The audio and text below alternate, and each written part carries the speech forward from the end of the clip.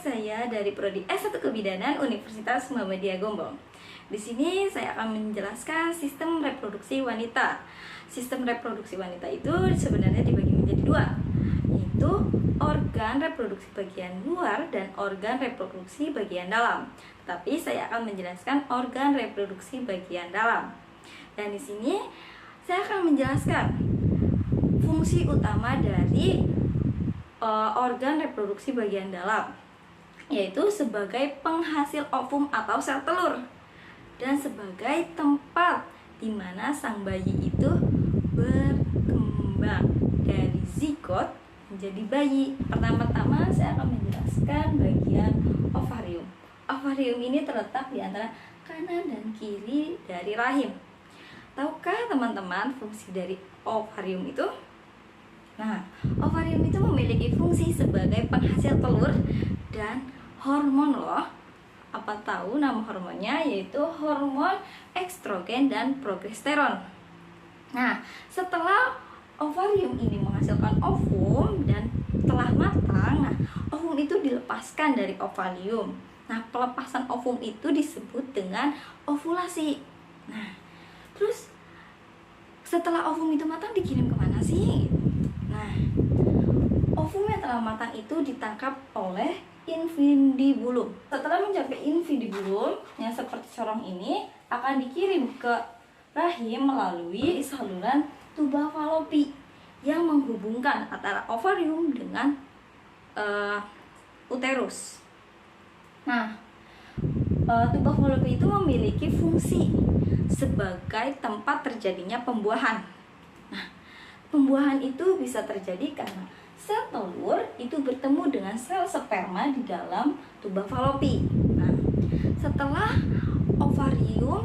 ovum itu bertemu dengan sel sperma, terus terjadi pembuahan. Nah, setelah pembuahan itu disebut zigot. Nah, zigot itu dikirim dari tuba falopi ke uterus atau rahim dan menempel di dinding-dinding rahim.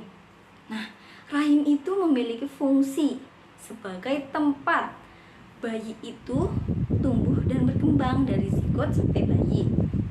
Nah, uterus atau rahim itu memiliki lapisan, yaitu lapisan pertama perimetrium, itu merupakan lapisan terluar rahim, dan yang tengah-tengahnya itu ada lapisan meometrium, dan yang lapisan yang paling dalam itu merupakan lapisan endometrium. Nah, endometrium ini memiliki fungsi sebagai tempat menempelnya plasenta. Plasenta itu merupakan ari-ari. Nah, ari-ari itu menempel dengan tali pusar yang dihubungkan antara bayi dengan si ibu. Nah, fungsi tali pusar itu adalah sebagai penyaluran nutrisi melalui darahnya si ibu sebagai nutrisi untuk sang bayi.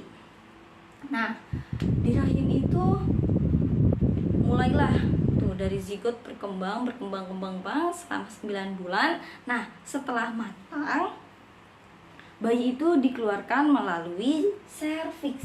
Serviks itu terletak di bawah rahim sebagai penghubung antara vagina dengan uterus atau rahim. Nah, fungsi serviks ini sebagai jalan keluarnya darah pada saat proses menstruasi, dan kedua itu memiliki fungsi sebagai mengarah sel sperma untuk bertemu dengan ovum. Yang ketiga itu sebagai jalan keluar bayi. Nah, di bawahnya serviks itu ada vagina. Vagina itu sebagai tempat keluarnya darah pada saat menstruasi, terus sebagai jalan keluarnya bayi.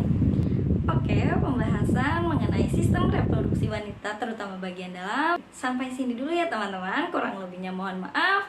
Wassalamualaikum warahmatullahi wabarakatuh. Bye, terima kasih.